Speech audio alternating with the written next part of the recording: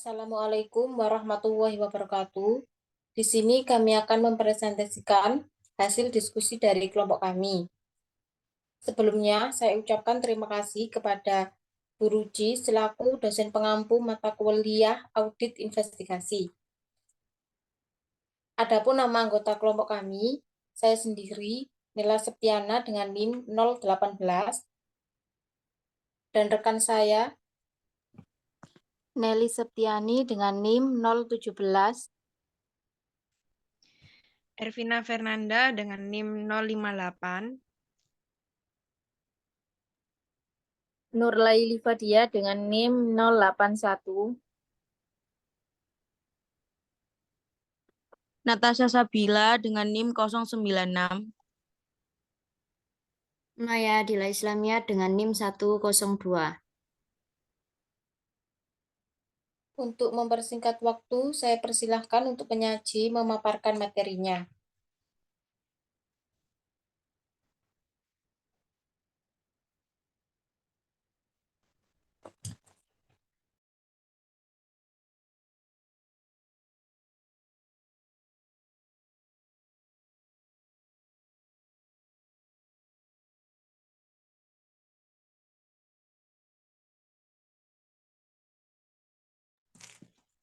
Latar belakang, tujuan audit investigatif, investigasi dan audit investigasi, dan audit investigasi dengan teknik audit.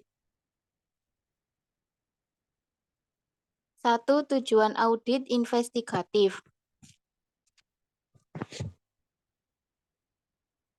Contoh tujuan audit. 1. Memberhentikan manajemen. 2. Memeriksa, mengumpulkan, dan menilai cukupnya dan relevannya bukti. 3. Melindungi reputasi dari karyawan yang tidak bersalah. 4. Menemukan dan mengamankan dokumen yang relevan untuk investigasi. 5. Menemukan aset yang digelapkan dan mengupayakan pemulihan dari kerugian yang terjadi.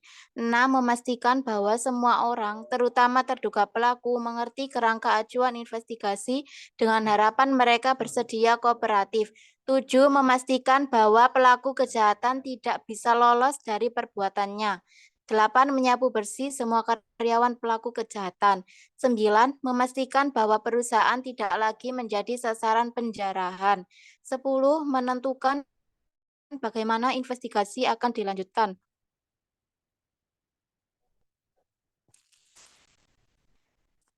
11. Melaksanakan investigasi sesuai standar, sesuai dengan peraturan perusahaan, sesuai dengan buku pedoman. 12. Menyediakan laporan kemajuan secara teratur untuk membantu pengambilan keputusan mengenai investigasi di tahap berikutnya. 13. Memastikan pelakunya tidak melarikan diri atau menghilang sebelum tindak lanjut yang tepat dapat diambil. 14. Mengumpulkan cukup bukti yang dapat diterima pengadilan dengan sumber daya dan terhentinya kegiatan perusahaan seminimal mungkin. 15. Memperoleh gambaran yang wajar tentang kecurangan yang terjadi dan membuat keputusan yang tepat mengenai tindakan yang harus diambil. 16. Mendalami tuduhan baik oleh orang dalam atau luar perusahaan, baik lisan maupun tertulis, baik dengan nama terang atau dalam bentuk surat kaleng, untuk menanggapinya secara tepat. 17. Memastikan bahwa hubungan dan suasana kerja tetap baik.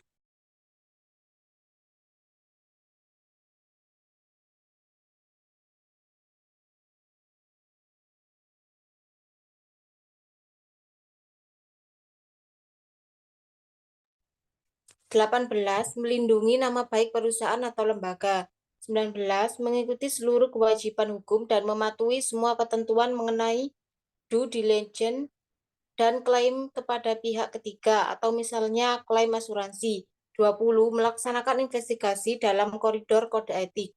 21. Menentukan siapa pelaku dan mengumpulkan bukti mengenai niatnya. 22. Mengumpulkan bukti yang cukup untuk menindak pelaku dalam perbuatan yang tidak terpuji. 23. Mengidentifikasi praktik manajemen yang tidak dapat dipertanggungjawabkan atau perilaku yang melalaikan tanggung jawab. 24. Mempertahankan kerahasiaan dan memastikan bahwa perusahaan atau lembaga ini tidak terperangkap dalam ancaman tuntutan pencemaran nama baik. 25. Mengidentifikasi saksi yang melihat atau mengetahui terjadinya kecurangan dan memastikan bahwa mereka memberikan bukti yang mendukung tuduhan atau dakwaan terhadap si pelaku. 26.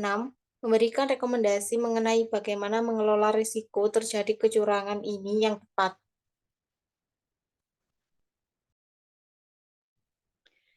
Selanjutnya, investigasi dan audit investigatif.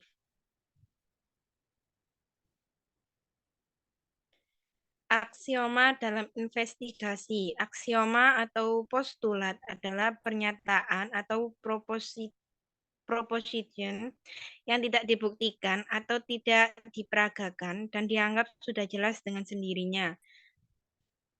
Association of Certified Fraud Examiner atau ACVE menyebut 3 aksioma dalam melakukan investigasi atau pemeriksaan fraud.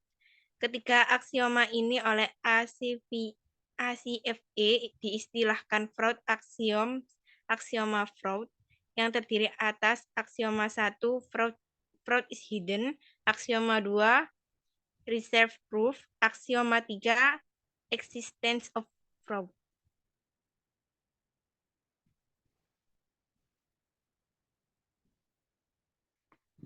Aksioma dalam investigasi, fraud is hidden. ACFE mengingatkan, jangan berikan pendapat bahwa suatu fraud terjadi atau tidak terjadi di suatu lembaga, perusahaan, atau entitas. Reserve proof, petunjuk ACFE, secara singkat menyatakan kedua sisi dari fraud harus diperiksa. Dalam hukum Amerika Serikat, pembuktian fraud harus mengabaikan setiap penjelasan kecuali pengakuan kesalahan. Yang terakhir, existence of fraud. Aksioma ini secara sederhana ingin mengatakan bahwa hanya pengadilan yang dapat berhak menetapkan bahwa fraud memang terjadi atau tidak terjadi.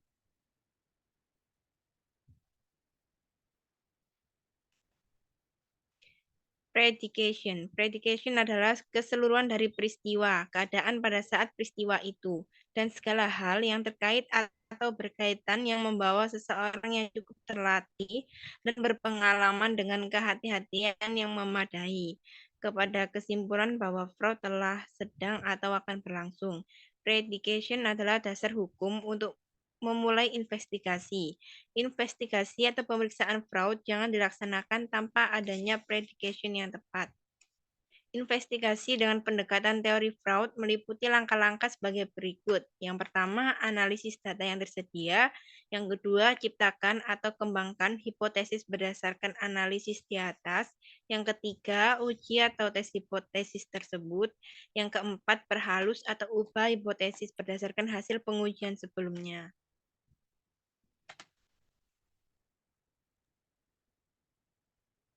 Pemeriksaan dalam hukum acara pidana.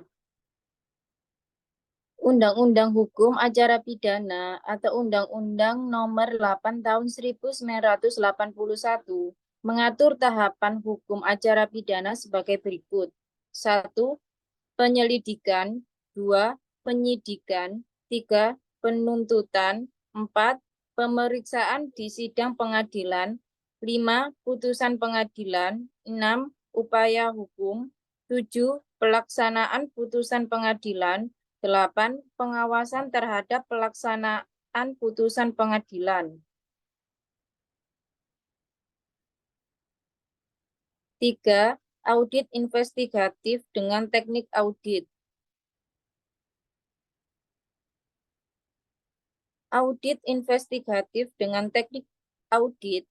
Teknik audit adalah cara-cara yang dipakai dalam mengaudit kewajaran penyajian laporan keuangan. Hasil dari penerapan teknik audit adalah bukti audit. Oleh karena itu, ada penulis yang menggunakan istilah teknik audit dan jenis bukti audit dalam makna yang sama.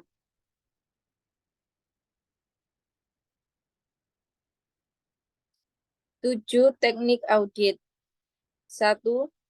Memeriksa fisik. 2. Meminta informasi dan konfirmasi. 3. Memeriksa dokumen. 4. Review analitikal. 5. Meminta informasi lisan atau tertulis dari audit. 6. Menghitung kembali. 7. Mengamati.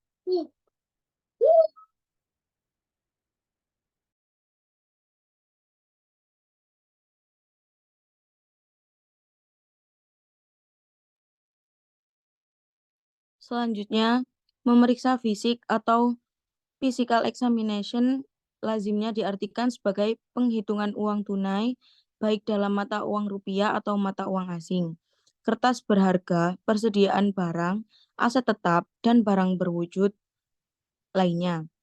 Mengamati sering diartikan sebagai pemanfaatan indera kita untuk mengetahui sesuatu. Untuk audit investigatif, penulis tidak membedakan pemeriksaan fisik dan pengamatan. Dalam kedua teknik ini, investigator menggunakan inderanya untuk mengetahui atau memahami sesuatu.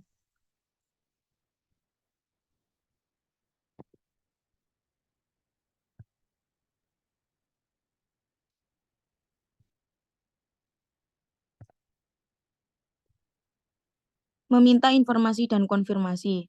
Seperti dalam audit, juga dalam audit investigatif, permintaan informasi harus dibarengi, diperkuat, atau dikolaborasi dengan informasi dari sumber lain, atau diperkuat dengan cara lain. Permintaan informasi sangat penting dan juga merupakan prosedur yang normal dalam suatu audit investigatif. Meminta konfirmasi adalah meminta pihak lain atau dari yang diaudit investigatif untuk menegaskan kebenaran atau ketidakbenaran suatu informasi. Dalam audit, teknik ini umumnya diterapkan untuk mendapat kepastian mengenai saldo utang piutang, akan tetapi sebenarnya ia dapat diterapkan untuk berbagai informasi keuangan maupun non-keuangan.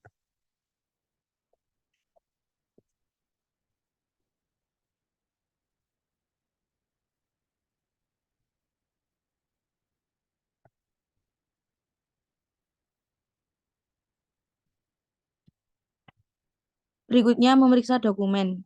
Teknik ini tidak memerlukan pembahasan khusus, tak ada audit investigatif tanpa pemeriksaan dokumen. Hanya saja dengan kemajuan teknologi, definisi dokumen menjadi lebih luas, termasuk informasi yang diolah, disimpan, dan dipindahkan secara elektronis atau digital.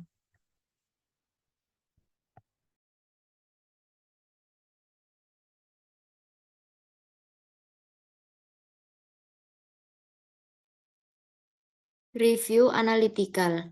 Dalam review analytical yang penting bukannya perangkat lunaknya, tetapi semangatnya. Seperti dikatakan Hope, think analytical first.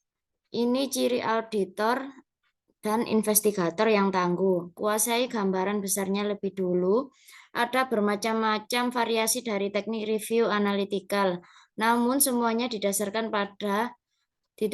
atas perbandingan antara apa yang dihadapi dengan apa yang layaknya harus terjadi dan berusaha menjawab sebabnya terjadi kesenjangan. Apakah ada kesalahan atau error, fraud, atau salah merumuskan patokannya.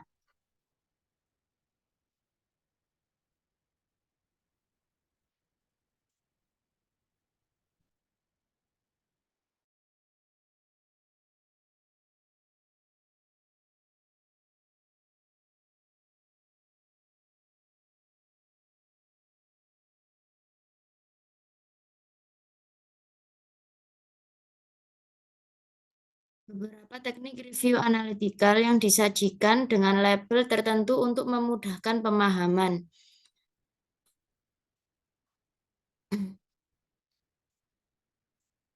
B-Trips, Fraglex, dan Z-Fraglex. Yang pertama membandingkan anggaran dengan realisasi. Yang kedua analisis vertikal dan horizontal. Yang ketiga hubungan antara satu data keuangan dengan data keuangan lain. Yang keempat menggunakan data non-keuangan. Yang kelima regresi atau analisis tren. Yang keenam menggunakan indikator ekonomi makro.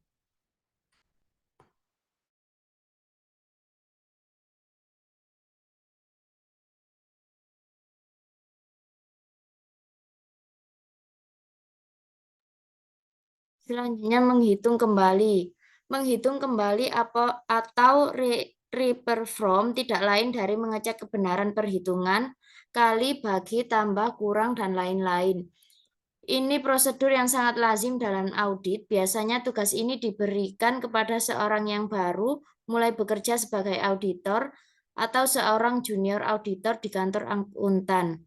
Dalam audit investigasi, perhitungan yang dihadapi umumnya sangat kompleks, didasarkan atas kontrak atau perjanjian yang rumit, mungkin sudah terjadi perubahan dan renegosiasi berkali-kali dengan pejabat atau kabinet yang berbeda.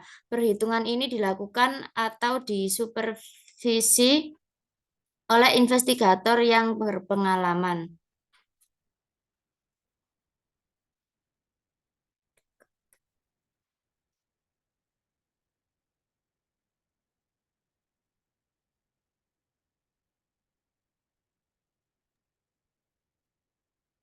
Sekian pemaparan dari kelompok kami. Apabila ada kurang lebihnya, kami mohon maaf. Assalamualaikum warahmatullahi wabarakatuh.